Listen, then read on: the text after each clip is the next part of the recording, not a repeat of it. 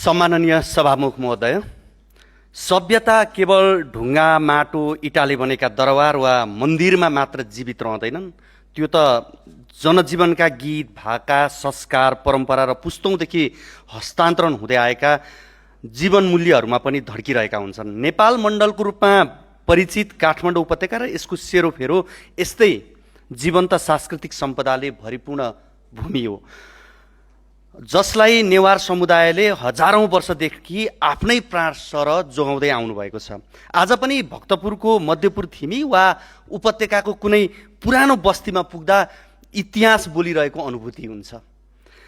2000 वर्षदेखि निरन्तर अभ्यास हुँदै आएको एउटा दाफा परम्परा, कतिले सुन्नुभएको छ, दाफा परम्परा यसको उत्कृष्ट उदाहरण हो।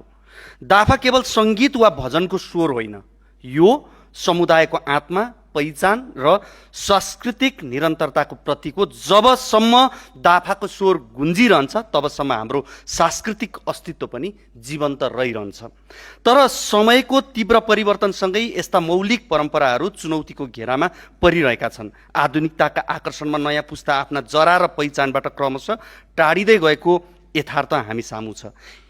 यदि आज हामीले आफ्ना भाषा, लोककथा, गीत, नृत्य, संस्कार, सिप र परम्परागत ज्ञानलाई संरक्षण गर्न सकेनौँ भने भोलिका पुस्ताले आफ्नो इतिहास केवल पुस्तकका पानामा मात्र खोज्नुपर्ने अवस्था आउन सक्छ। यही सन्दर्भमा प्रस्तुत अभौतिक सांस्कृतिक सम्पदा संरक्षण विधेयक 2083 अत्यन्त महत्त्वपूर्ण र समय सापेक्ष छ।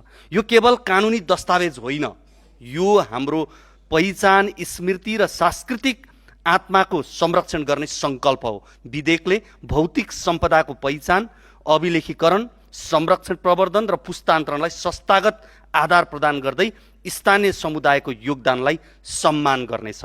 सम्मानीय सभामुख महोदय, संस्कृति राष्ट्रको आत्मा हो। आर्थिक समृद्धिले राष्ट्रलाई बलियो बनाउन सक्छ, तर संस्कृतिले मात्र त्यसलाई विशिष्ट र सम्मानित बनाउँछ। त्यसैले हाम्रो मौलिकता, इतिहास र सभ्यताको जीवित धरोहर बनेका अभौतिक सांस्कृतिक सम्पदाको संरक्षण आजको आवश्यकता मात्रै होइन, भावी पुस्ताप्रतिको हाम्रो दायित्व हो।